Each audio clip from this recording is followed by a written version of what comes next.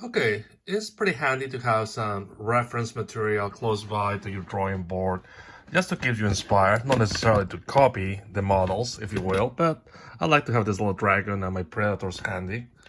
So tonight, why don't we start with, how about one of those multi-headed dragons? Yes, that's right, a Hydra. So, the light going in, perfect. Then let's see. We could start with one of the heads, then a second head. Now, a Hydra is a mythological creature from Greek mythology that, according to legend, once you cut one head, two more sprout in their place. So, we could start with just one-headed Hydra, but typically I would say 2 or 3 would be a good number to get started.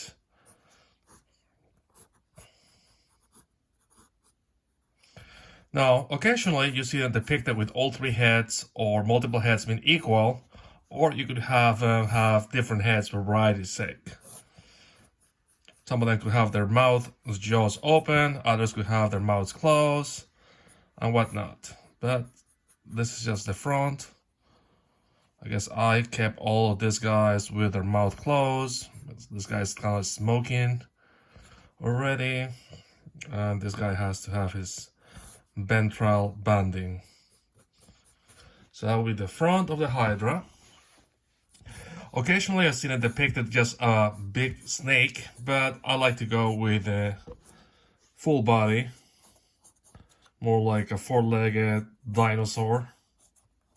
So in that sense, if you don't have a dragon handy for reference, you could always grab one of those plastic dinosaur models. They're often in the same section of art supply stores, like Michael's or arts and crafts stores. You can find mythical creatures as well as animals and such. So, well, they are static usually. You don't have articulation. It's good enough for you to have a starting point.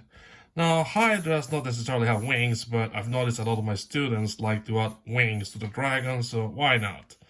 It kind of adds a little bit more excitement to the drawing.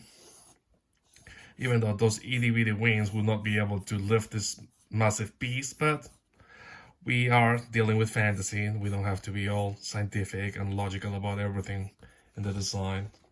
So here we have a 3-headed Hydra, and that took us 2 minutes and 45 seconds.